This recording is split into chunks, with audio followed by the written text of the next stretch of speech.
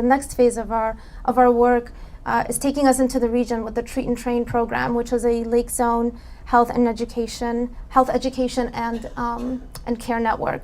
Through the Treat and Train program, multidisciplinary teams of physicians, both U.S. and Tanzanian, across various disciplines, including OBGYN, pediatrics, internal medicine, will be rotating to regional facilities, bringing with them students from Bugando to provide clinical education while providing patient care on the ground closer to the patients.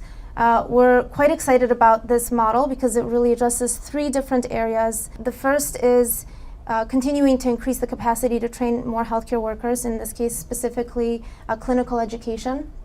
This comes at a critical moment for Touch and for Bugando, as Bugando, having grown so significantly over the last years, has really reached its capacity to train clinically the students. The second is it provides access to individuals, to specialists, which they would never otherwise have access to. So we know from our work at Bugando in Tanzania that, and from the Lake Zone study, which I mentioned, that one of the biggest challenges for people to receive good healthcare is the cost and the time of transport to a facility which will have the resources to help them. So through these rotating teams, being able to provide the specialists, even on a rotating basis, is going to give access to services that these people would not otherwise have. And the third element, it's about deploying them and retaining them.